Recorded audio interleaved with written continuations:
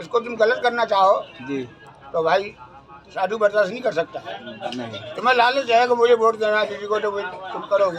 हमें तो कोई लालच भी नहीं है किसी से भाई। हम तो बिना लालच के बिना स्वार्थ के भजन करते हैं भगवान। स्वार्थ जोड़ दिया तो ना भजन है ना कोई कर्म है। तेरे को आशीर्वाद दे रहे तो हम स्वार्थ के छोड़ दे रहे हैं। जी जी तेरे अभी तिलक लगाएंगे, लगा ही दें। हर हर महादेव। तो ये स्वार्थ तो थोड़ी लगाया है। नहीं नहीं सिर्फ ये है कि भगवान की भभूति तेरे को लगाई है, जिससे तेरा कल्याण होगा, तेरी भगवान तेरा शुद्धि रहेगा, तेरी बुद्धि जो है ये सही रहेगी। नमस्कार दोस्तों, आपका स्वागत है आपके अपने चैनल युवा एक नई सोच में। दोस्तों आपको पता होगा अब यह महज कुछ ही दिन बचे हुए हैं विश्व का सबसे बड़ा मेला चालू होने में। यह संगम की रेती पर जहां आपको अजीबोगरीब बाबा, कोई भस्म लगाए हुए, कोई एक पैर पे खड़ा हुआ, कोई 40 साल से तपस्या कर रहा है, कोई हाथ खड़ा तपस्या कर रहा है, उसी प्यार में हमें ऐसे बाबा मिले हैं जो नागा सन्यासी हैं। आइए इनसे बात करते हैं इनकी क्या तपस्या है, यह इसलिए यह नागा सन्यासी बने हुए हैं। महाराज जी सबसे पहले अपना परिचय कैसा परिचय लेना चाहते हैं भाई? लगा दें। और सन्यासी हैं, किस प्रकार का सन्यास है आपका? नागा सन्यासी तो नागा सन्यासी किस प्रकार तपस्या करते हैं? नागा सन्यासी तो है ही हैं, आपको सामने बैठे हुए हैं। जी महाराज जी, किस प्रकार से तपस्या होती है, कितना कठिन तपस्या होती है महाराज इस प्रकार से हम कौन सी धूनी भी करते हैं गर्मियों में, सर्दियों के टाइम पर जल धारा भी करते थे, लेकिन अब अपने जल धारा बंद कर दी है। अब केवल सिंगल धूनी पे बैठे रहते हैं आश्रम पे। कम शरीर में कमजोरी आ गई है, उम्र है। कितने साल हो गए हो आप? जी 12 साल की उम्र से बाबा जी हैं। 12 साल से 12 साल की उम्र से साधु हुए रहे हम। मेरा महाराज जी मेरा है ये किसका है? मेरा है।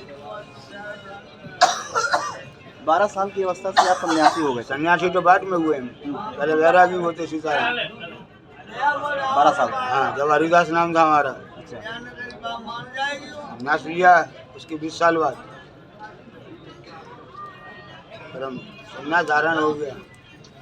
संस्कार हमारा हरिद्वार में हुआ था। हरिद्वार उससे पहले तो हमको महापुरुष का ही हमको संस्कार हुआ था। पहले महापुरुषी में जीवन को चीज़ किया हमने काफ़ी। बुढ़ापे की ओर आगे तो 2010 में हमने संस्कार कराया अपना महाकुंभ के अंदर। नागा बाबा हैं, शंभू बचना बाबा ने खड़े से भजन करते हैं अपना, धोने पे बैठे बैठे भजन करते हैं। महाराज जी जो नागा सन्यासी थे, कितनी उनकी तपस्या कठिन परिश्रम? कितनी का इनकी कोई नाप तौल होती तपस्या की यार? कोई नाप तौल थोड़ी है, कोई कितनी कर रहा है कोई कितनी कर रहा है। ये तो यार साधु है, अपना भजन कर रहे हैं, अपना तपस्या कर रहे हैं, योग कर रहे हैं। चाय पी लो। तो महाराज जी अभी कितने कुंभ आप देख चुके हैं महाराज जी? 3 कुंभ तो हमें इलाहाबाद के लिए गए अपनी आँखों से। 3। तो महाराज जी इलाहाबाद में जो कुंभ होता है, प्रयागराज का कुंभ होता है, किस प्रकार से अलग होता है और जगह जो कुंभ लगता है? अलग क्या होता है? ये प्रयागराज है, यह है प्रयागराज। सब देवताओं का देवता कौन है? प्रयागराज। समझना मेरी बात। जितने तीर्थ हैं उनका राजा कौन है? प्रयागराज। तो प्रयागराज एक महाकुंभ लगता है। महाकुंभ क्या है? कोई हंसी खेल नहीं है, बुढ़िया गुड्डे। ये समुद्र मंथन हुआ था जिसमें 14 रत्न निकले थे, जिसमें एक रत्न जो है अमृत निकला था। उस अमृत को बांटने के लिए हिसाब किताब नहीं खा रहा था, तो विष्णु मोहिनी रूप धारण किया था। कौन सा रूप धारण किया था? विष्णु भगवान ने मोहिनी रूप धारण करके उस कलश को ले लिया और उसको लेकर चल दिए। देवता और दैत्य दोनों थे। जहाँ जहाँ बूंद छलकी उस कलश में से जी, वहाँ 4 जगह छलकी। चारों जगह महाकुंभ लगते हैं। जैसे कि आप प्रयागराज में बैठे हैं और हम भी प्रयागराज में ही बैठे हैं। एक प्रयागराज में टपकी जिसका नाम प्रयागराज महाकुंभ हुआ, जो आज कुंभ लग रहा है, ये उसी अमृत धारा का ही देन है और देवता की देन है। और हरिद्वार में भी छलकी थी, उसको हरिद्वार बर्फानी कहते हैं। क्या कहते हैं? बर्फानी। हमारे साधु संतानी जो इलाहाबाद में बनते हैं, जो राजराश्री कहलाए जाते हैं, तो हरिद्वार में बनते हैं, वो बर्फानी कहलाते हैं। हम लोग बर्फानी बैठे हैं आपके सामने। कौन बैठे हैं आपके सामने? बर्फानी। बर्फानी हरीशगिरी नागा बाबा बर्फानी।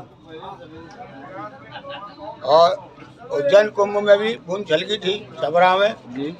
वहाँ भी महाकुंभ लगता है। वहाँ जो संस्कार होते हैं, वहाँ के नागा बनते हैं, वो खूनी कहलाते हैं। और नासिक कुंभ में एक बूंद छलकी थी उसी कलश में से, वहाँ भी महाकुंभ है। उसमें जो संस्कार होते हैं उनको खिचड़िया कहते हैं। खिचड़िया क्या कहते हैं? खिचड़िया। खिचड़िया है समझ में? जी जी। 3 प्रकार के साधु होते हैं, तो 4 प्रकार के हाँ रखना, चारों जगह से 4 नाम होते हैं। क्या हो गए? राय रायसुरी, हाँ प्रयागराज में राय रायसुरी, हाँ हरिद्वार में बर्फानी, हाँ। उज्जैन में खूनी और नासिक में खिचड़ी। समझे मेरी बात? महाराज जी, जैसे लोगों का मानना होता है कि नागा साधु जो होते हैं थोड़ा गुस्सैले होते हैं, तो ये क्या गुस्सा तो इसलिए आ जाती है क्योंकि देखो बात सुनो, जी महाराज जी। सत्य बात को अगर असत्य करोगे तो गुस्सा तो आ जाएगी, आपको जी। भी आ जाएगी, हमको तो कोई होगी, अलग से थोड़ी है कोई। नहीं नहीं। कोई सही बात है, हाँ हाँ उसको तुम गलत करना चाहो जी। तो भाई साधु बर्दाश्त नहीं कर सकता। नहीं। तुम्हें लालच है कि मुझे वोट देना किसी को, तो तुम करोगे। हमें तो कोई लालच ही भी नहीं किसी से भाई, हम तो बिना लालच के बिना स्वार्थ के भजन करते हैं। भगवान स्वार्थ जोड़ दिया तो ना भजन है ना कोई कर्म है। तेरे को आशीर्वाद दे रहे तो हम स्वार्थ के छोड़ दे रहे हैं। जी जी। तेरे अभी तिलक लगाएंगे, लगाई दे। हर हर महादेव। तो ये स्वार्थ तो थोड़ी लगाया, नहीं नहीं। सिर्फ ये है कि भगवान की भभूति तेरे को लगाई है, जिससे तेरा कल्याण होगा, तेरी भगवान तेरा शुद्धि रहेगा, तेरी बुद्धि जो है ये सही रहेगी। तो महाराज जी, अभी आपका निवास स्थान मैं आगरा रहता हूँ, आगरा डिगनर, आगरा डिगनर पर रहता हूँ। इसमें जगनर लिख दी है, बैनर वाले ने गलत कर दिया लिखने में। डिगनर पंचमुखी महादेव पंचमुखी मैं ही रहता हूँ। अच्छा। वहीं बगिया है छोटी सी, अपना वही कुटी पर है, वही कुटी है आपकी? हाँ जी। महाराज जी, वहाँ पर यमुना नदी है, तो वहाँ पर जमुना है मेरे पास में ही, थोड़ी बगल में ही है? पास में ही, ज़्यादा नहीं है 10 किलोमीटर है वहाँ से। महाराज जी, अभी यह जो कुंभ मेला होने के बाद फिर आप कहाँ पे? मैं अपने आश्रम पे जाऊँगा। असम पे? पहले काशी जाऊँगा, काशी से फिर आश्रम पे। भाई आश्रम में भी रहना पड़ता है, कभी मुझे हिमालय में भी रहना पड़ जाता है। महाराज जी, आप 12 कह रहे थे, 12 वर्ष की अवस्था में घर छोड़े, तो क्या कुछ कारण था कि जो आप? कोई कारण नहीं है, हमारे परिवार में भी साधु होते आए हैं पहले से। आज ऐसी कोई बात नहीं। हमारे परिवार में एक महात्मा थे, हमारे बाबा थे, उसके बाद हमारे पिताश्री भी महात्मा थे। बाबा पहले से इच्छा था कि हाँ जी हाँ जी हाँ जी, हम तो उनको देख के ही सीखे थे।